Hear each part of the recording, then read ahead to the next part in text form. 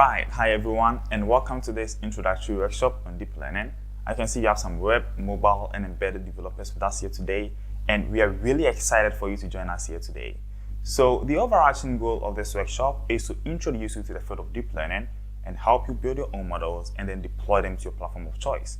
So we'll be looking at a general overview of deep learning, and then we'll move on to the application of deep learning to computer vision tasks, as well as time series and text. And then we'll move on to generative deep learning. And finally, we will take some labs which will help reinforce the knowledge we've gained by building our own models. So we can't actually talk about deep learning without talking about artificial intelligence. So what exactly is artificial intelligence? Well, artificial intelligence is the ability of a machine to imitate intelligent human behavior. So any machine that mimics intelligent human behavior is termed as an artificial intelligence system. And under this broad field of artificial intelligence is machine learning, which is the application of AI that allows a system to automatically learn from data. So a typical example of this system is the spam sorting systems in our various email apps, which decides between which email is a spam and which one is not.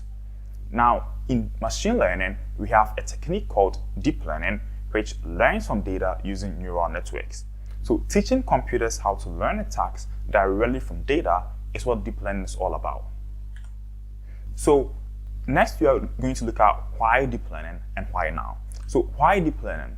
Well, it happens that traditional machine learning requires hand-engineered features, where experts manually extract the low-level features, high-level features, and middle-level features from the data, pre-process them, and then input them into the model to train with it. This process is really time-consuming, brittle, and not scalable in practice. So the question we want to ask is, can we learn the underlying features directly from the data? Well, it happens that we can. So with deep learning, we'll be able to learn low-level features like lines and edges to mid-level features like eyes, nose, and ears. That is if you are building a face recognition system, for example. Then we move on to much higher-level features like the facial structure. So next, we're going to look at why deep learning. In fact, neural networks date back decades. So they've existed for a very long time. So why the resurgence? Well, it happens that there are three major reasons why that is. The first is big data. We now have large data sets available that have been collected and stored. So big data plays a very big role in why deep learning is much applicable these days. So the second one is hardware. We now have GPUs and TPUs which utilize parallelization to help train these deep learning models much faster. The third one is software. We now have improved techniques, new models, toolboxes like TensorFlow, which we are going to be using to build our own models. So I'm sure every one of us here have seen this table sometime in our life before, either in our math class or statistics class. So can anyone here tell us the relationship between x and y here?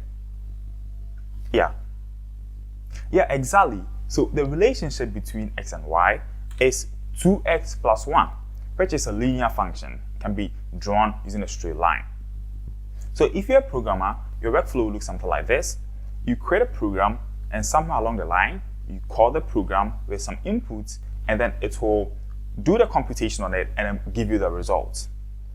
But machine learning is quite the opposite. Machine learning says, give me the input with the desired results. For example, for every x input, give me the desired y results. I will make the computation and then give you the program or the model, which can be used for inference in the future. So before we move on to solve this problem with deep learning, I want to introduce you to the concept of the perceptron, which is the structural building block of deep learning. So deep learning, we talked about how it learns from data using neural networks. So the perceptron is the building block of that. And so I want you to focus on the diagram on the left, and we'll look at the diagram on the right later on.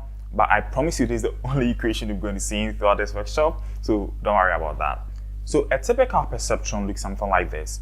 We have input and then the output, and in between that, we perform some computation on it. So for every input x, we associate with it some weight, which is the importance of that input. And so we are going to multiply every x with its associated weight, and then we are going to sum them all together. And once we sum them all together, we're going to pass that into an activation function. And the purpose of this activation function is to introduce some non-linearity into the model. So in what we looked at previously, we came up with a linear function, which is a straight line. But sometimes analytics can be more complex, that using a straight line can't actually separate the network very much. Or introduce an activation function helps introduce non-linearity into the network, which helps to approximate very complex functions. And so once we introduce it into the activation function, it then produces an output that we can see here. And so this is actually shown in the equation. And one thing I forgot to mention is the bias, which actually shifts the activation function to the left or to the right and helps the network learn. So once we've found the dot product of every x input and then their associated weight, we add the bias to it and then pass it into the activation function. So this is a very simplified version of the perceptron with an input layer and then the output layer, and then for every input we have their associated weight. So we can actually create this perceptron in TensorFlow using the code on the right. So we first import TensorFlow and we call the dense layer, and we use the dense layer because the neurons in our perceptron are fully connected or connected to each other, and so we use the dense layer to specify that they are all fully connected, and then we use one neuron to represent the number of neurons in that layer. And then moving on, we can use the perceptron to build more complex neural networks which have hidden layers, and then an output layer and an input layer as we saw. And then every input layer is associated with the weight. So we can actually create this or build this neural network in TensorFlow. So we introduce the sequential model. So the sequential model is a model in TensorFlow or a model in neural networks where every layer is in series to the other. So they are in series to each other and they're connected to each other. And so in the sequential layer, we'll have our dense layers, which will have the number of neurons contained in each layer. So let's assume that we've come up with our model, and then let's assume that we have an input x which is equal to 5.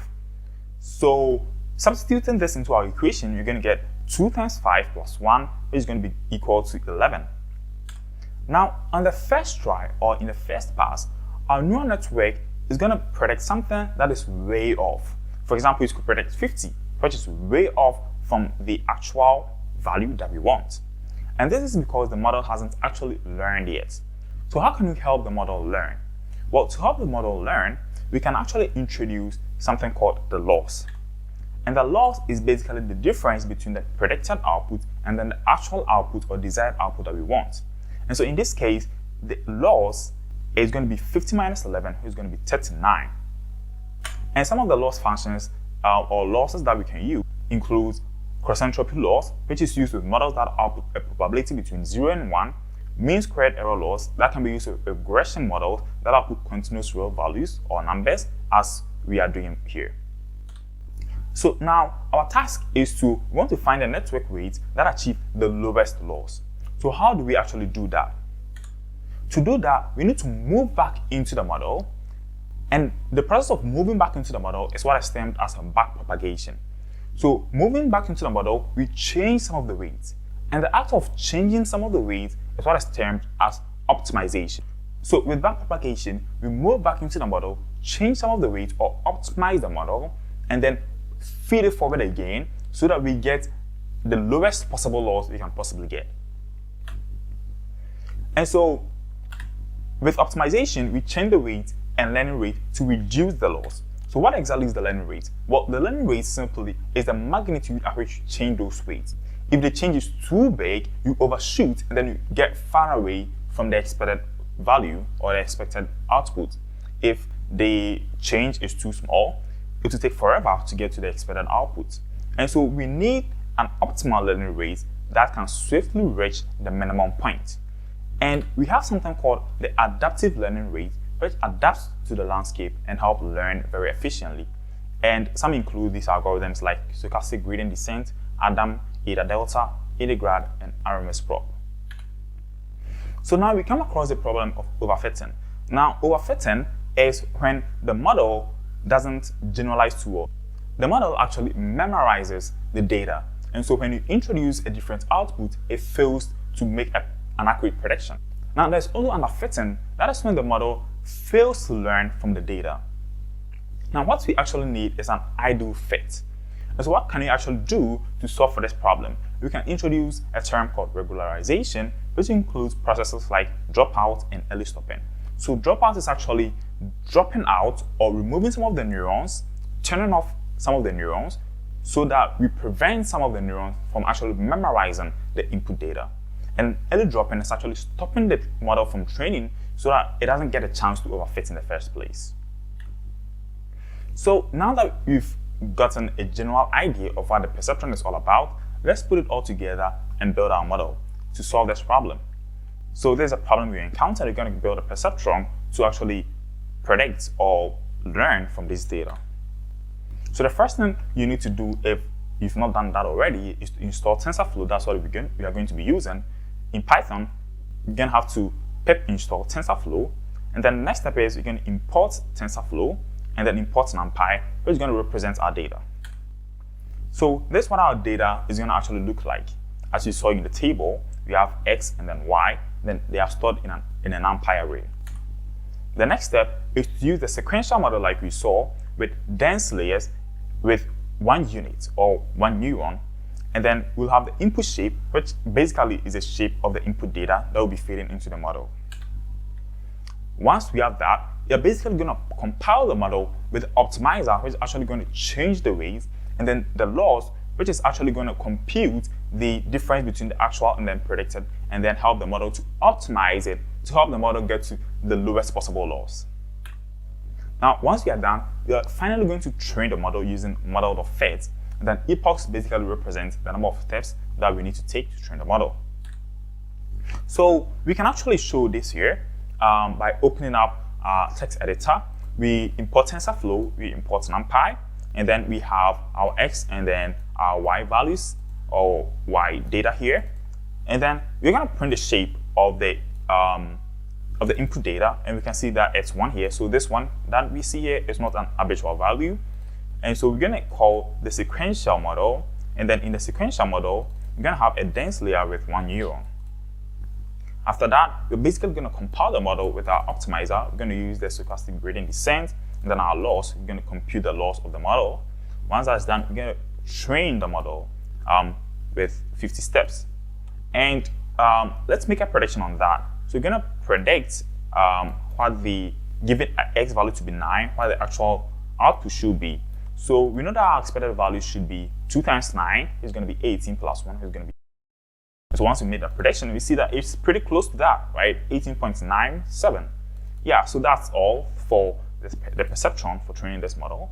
And the next thing we're going to look at is deep learning for computer vision. So the problem with the dense layer is the dense layer learns global features, right? But in computer vision tasks, what we actually want to do is to learn low-level features and high-level features and mid-level features, right? So we introduced the concept of the convolutional neural network, which are particularly useful to finding patterns in images to recognize objects, classes, and categories, for example. So you feed in your input data, which is going to be represented as a pixel if it's an image, and then the computer recognizes it as values or numbers, for example. And then it's going to be passed into the model and then give a certain output. Now, this is a typical example of what a feature map looks like. So this is what a typical example of what the convolutional neural network actually learns. So we can see here that it learns the edges from the image. One thing you also need to note is that a picture, the computer recognizes a picture as numbers, right? And so here we can see a 28 by 28 image, which can be represented as a number here. All right, so how do CNNs actually work? So now that we have our input image represented as a matrix, we're going to have another matrix called a filter, which we're going to slide along the image to extract the features from the image. And so the extracted feature or the first structured features is what is called the feature map. And so we're going to do matrix multiplication on the window, then we move along that. So it looks something like this. Right? And then the resulting feature map, we want to downsample it so that it becomes easier for the model to learn from the data. And that is what is termed as pooling, right? So for every window, you get a maximum values so that it gets a much smaller feature map, which will help the model better learn. So this is a typical example of how CNNs are built. You have a convolution layer with non-linearity like the activation function, followed by a pooling layer, and then that goes on and on. And finally, you convert that into a linear vector. And then you add on top the dense layer, which will actually predict the category of the class. So now let's put it all together. So we are going to call the sequential model, and in that we're going to have a convolution, like we mentioned, with 64 neurons. Then we're going to have a filter that is 3 by 3. We're going to add our activation function, and then our input shape, which is basically the shape of the input. And then, like we said, after each convolution, we add a pooling. And then let's do this for a couple of times. And once that's done, we basically want to convert this matrix to a linear vector. And then that's the function of the flattened layer. And once we've done that, we add our fully connected layers to that, which is basically going to make the prediction. All right, so that's it for CNNs. Now, I want to introduce another concept called transfer learning. Now, in most cases, our input data size can be really small. And also trying to learn low-level features from scratch can be really time-consuming. So what can we do? Well, it happens that we can actually use the features learned from a trained model, an already trained model, to actually train our own. So we don't actually have to train the model to recognize low-level features from scratch. And that's the whole idea of transfer learning. So in transfer learning, we utilize the features learned by other models, which is called feature extraction, and then use it to fine-tune our own models. A typical example is the Inception V3 model by Google. All right, so next up, we're going to take a lab, training our model. We first look at building convolutional neural networks, and then using transfer learning to help fine-tune our model. All right, so that's all for this class. In the next class, we'll be looking at how deep learning is used for time series and text. Thank you so much for joining us.